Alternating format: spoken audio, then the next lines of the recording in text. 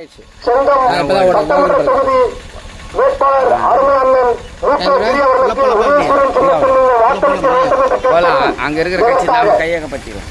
தமிழ்நாட்டில் ஒரே நாள் 70 ஆண்டு காலமாக காட்சிகள் மாறி மாறி வந்தாலும் 50 ஆண்டு காலத்திற்கு மேலாக திராவிட இயக்கங்கள் தனது சாதனையை வரலாற்றில் இருக்கக்கூடியவரெல்லாம் இந்தி பேசப்படுவது இந்த பானிபூரி விட்டா கூட புரட்சிகளால் சொல்லிட்டு தமிழ்நாட்டுக்கு கொண்டு வரான். ஒரு பஞ்சு மிட்டாய் விட்டா கூட புரட்சிகளால் ஒண்ணுமே இருந்தாலும் பஞ்சு மிட்டாய் விற்க முடியும். ஆனா அவன் வரலாற்றுல விற்க மாட்டேங்கிறான். பஞ்சு மிட்டாய் வேலை 5 ரூபாய். அந்த 5 ரூபாய் பஞ்சு மிட்டாய் விற்கிறதுக்கு அவன் தமிழ்நாட்டுக்கு இருந்து ரயில் ஏறி வரான். இங்க சிமெண்ட் வேலை செய்யறதுக்கோ, கார வேலை செய்யறதுக்கோ, ஹோட்டல்ல வேலை செய்யறதுக்கோ, மேட்டை தொடர்றதுக்கோ இது அங்க பண்ண முடியாதா? அங்க அந்த மாதிரி பெரிய பெரிய ஹோட்டல் இல்லன்னு அர்த்தம். அங்க மக்களிடம் பொருளாதாரம் இல்ல. 5 ரூபாய் கொடுத்து பஞ்சு மிட்டாய் வாங்கி சாப்பிடுற பொருளாதாரம் அவங்கிட்ட வரலாற்றுல இல்லன்னு அர்த்தம். இதைத்தான் நம்ம புரிஞ்சுக்கணும். அப்ப தமிழ்நாட்டு மக்களாக நாம் ஒரு மலேசியாவுக்கோ சிங்கப்பூருக்கோ போனா போச்சுலான்னு நம்ம நினைப்போம். ஆனா நம்ம நாட்டு பணம் 1 ரூபாய்னா அவன் நாட்டு பணம் 6 ரூபாய்க்கு மரியாதை. நம்ம 1000 ரூபாய் சம்பாதிச்சா 6000 சம்பாதிச்சுதான் அர்த்தம். கட்சி பிடிச்சி எப்படின்னா ஒரு 50,000 சம்பாதிச்சுன்னா 2 லட்சம் சம்பாதிச்சுதான் அர்த்தம். அங்க ஒரு 2 லட்சம் சம்பாதிச்சுன்னா 10 லட்சம் சம்பாதிச்சுதான் அர்த்தம். அது நம்ம நாட்டு பணத்துக்கும் மலேசியா சிங்கப்பூர் பணத்துக்கும் மரியாதை அதிகம். அதனால நம்ம அங்க போறோம். ஆனா வரலாற்று வரணும் உழைப்பு நடத்துறதுக்கு வரான். அவன் சாப்பாட்டுக்கு 4 கிலோ கோதுமை வாங்கி கொடுத்துட்டு ஒரு 1/2 கிலோ தக்காளி வாங்கி கொடுத்துட்டா போதுன்றான். அந்த இந்தியார பசங்க அவங்களுக்கு தங்கறதுக்கு மாட்டுக்கொட்டை மாதிரி ரூமு காமிச்சா போதுன்றான். அதுல ரொட்டியை சுட்டு சாப்பிட்டு அவன் தமிழ்நாட்டுல உழைக்கிறதுக்கு தயாராகிறான். நம்ம ஆளு 8 ரூபாய் குடிக்கிட்டதான் வருவான். அவன் 250 ரூபாய் கொடுத்தா போதுன்றான். காரணம் அவன் வடநாட்டை உழைச்சி கட்டிருக்கிறான்.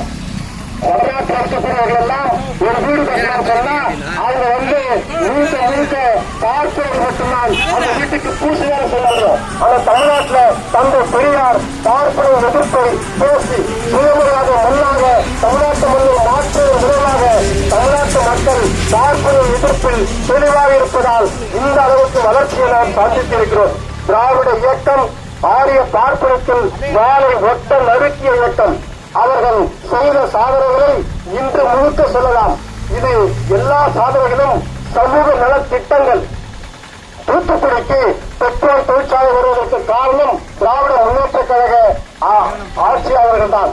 சிட்கோ இண்டஸ்ட்ரியல் எஸ்டேட் கொண்டு வந்ததற்கு காரணம் திமுக. எனவே திமுக கொண்டு வந்த நலத்திட்டங்கள் எல்லாம் பல்லாயிரக்கணக்கான மக்களுக்கு வேலைவாய்ப்பை தருவதாக தொடர்ந்து சமூக நல திட்டங்களாக இருந்தது என்பதை நாம் எண்ணி பார்க்க வேண்டும்.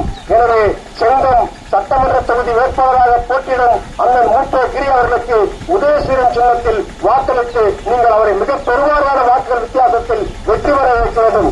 ஓட்டுக்கான ஒரு முறை மாற்றி போட்டா என்ன ஆகும்? நீ மாற்றி போட்டா நாட்டை நாசமா ஆட்டும். விஜயும் பாஜகவும் ஒண்ணுதான், திமுகவும் பாஜகவும் ஒண்ணுதான், எடப்பாடியும் பாஜகவும் ஒண்ணுதான். அம்மா இறந்த பிறகு 4 வருஷம் எடப்பாடி ஆட்சி பண்ணாரு. என்ன ஆட்சி பண்ணி கீழ்ச்சாரு? இப்ப கடந்த 5 ஆண்டுகளை நீங்க பார்த்தீங்க.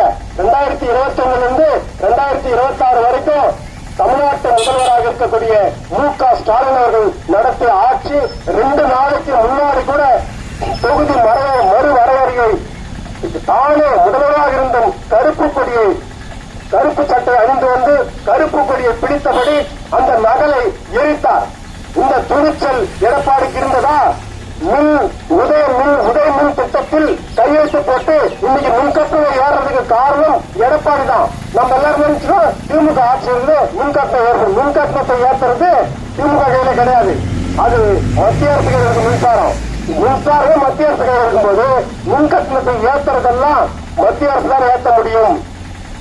எனவே 3 வேளாண் சட்டங்களை விவசாயிகள் எடுத்து கட்டக்கூடிய வெளிநாட்டு விளைபொருட்கள் எல்லாம் நேரடியாக கொண்டு வந்து தமிழ்நாட்டில் விற்பதற்கு வழி செய்யக்கூடிய 3 வேளாண் சட்டங்களை கையெழுத்து போட்டது எடப்பாடி தான். இஸ்லாமியர்களை சொந்த நாட்டில் அகதிகளாக மாற்றும் சட்டத்திற்கு குடியுரிமை சட்டத்திற்கு கையெழுத்து போட்டது எடப்பாடி தான், எடப்பாடியுடைய எம்பிக்கள். எனவே இவங்க பொது சிவில் சட்டம் வேண்டும் என்று சொல்லி தனி சிறுபான்மை மக்களின் உரிமைகள் எல்லாம் மறுக்கின்ற ஒரு போக்கை பாஜக தொடர்ந்து அவ்வப்போது அந்த புது சிவில் சட்டத்தை கொண்டு வருவோம் என்று நாடாளுமன்றத்தில் பேசினால் அதை ஆதரித்ததும் எடப்பாடிதான். எனவே தமிழ்நாட்டின் நலனை பற்றி எந்த ஒரு அக்கறையும் இல்லாமல் தமிழ்நாட்டு மக்களால் தேர்வு செய்யப்பட்ட ஆட்சிக்கு வராத எடப்பாடி தமிழ்நாட்டு நலனுக்காக ஒருபோதும் சிந்திக்க முடியாது. ஆனால் மக்களால் தேர்வு செய்யப்பட்ட மு.க. ஸ்டாலின் தமிழ்நாட்டு மக்களின் உரிமைகளை ஒருபோதும் விட்டுத் தர மாட்டேன், தமிழ்நாடு போராடும், தமிழ்நாடு வெல்லும், தமிழ்நாடு எப்போதும் டெல்லியின் அவுட் ஆஃப் கண்ட்ரோல் தான் என்று சொல்லக்கூடிய துணிவும் ஆண்மையும் திராணியும் தைரியமும் தெம்பும் கொள்கை பலமும் கொண்டவராக மு.க. ஸ்டாலின் அவர்கள் விளங்குகிறார்கள். அதை நாம் பார்க்க வேண்டும். கொள்கை ரீதியான ஒரு அணிவகுப்பை தான் நாம் இந்த தேர்தலில் பார்க்க வேண்டும். இந்த கொள்கை தான் நம்மை கடைசி வரை காப்பாற்றும். இங்கே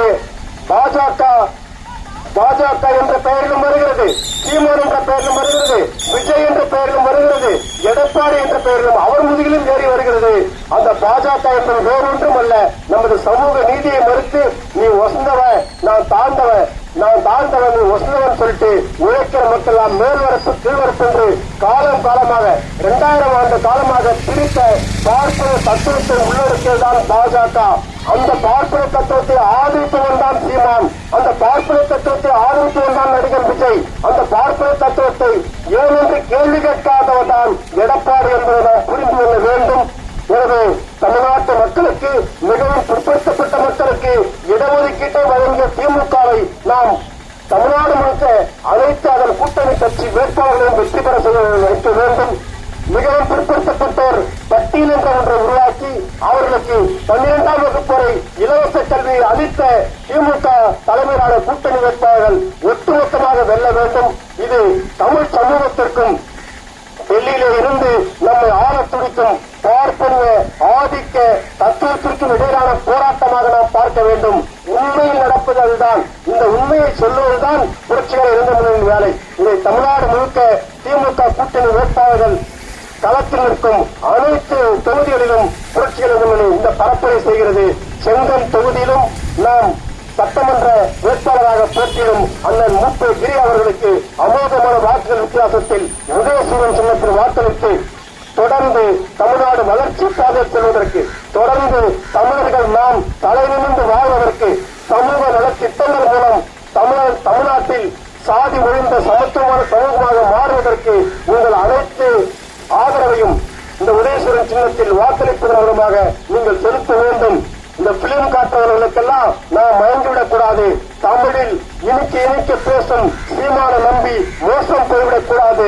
இங்கே பெரிய இந்த ரசிக பட்டாளத்தை வச்சுக்கிட்டு ஆட்சியை பிடித்துவிடும் என்று அங்கலாய்க்கும் இந்த நடிகர்களை நம்பி தமிழ்நாட்டின் நலனை பலி கொடுத்துவிடக் கூடாது என்று கேட்டுக்கொண்டு புரட்சிகர இளைஞர்களின் சார்பாக செங்கம் சட்டமன்ற தொகுதி வேட்பாளராக போட்டியிடும் அண்ணன் மூப்பை கிரி அவர்களுக்கு உதயசூரன் சின்னத்தில் வாக்களித்து அமோகமாக வெற்றி பெற செய்ய வைக்க வேண்டும் என்றும் தமிழ்நாடு முழுக்க திமுக கூட்டணி வேட்பாளர்கள் ஒட்டுமொத்தமாக வெல்ல வேண்டும் என்றும் கேட்டுக்கொண்டு நிறைவு செய்கிறோம். நன்றி, வணக்கம்.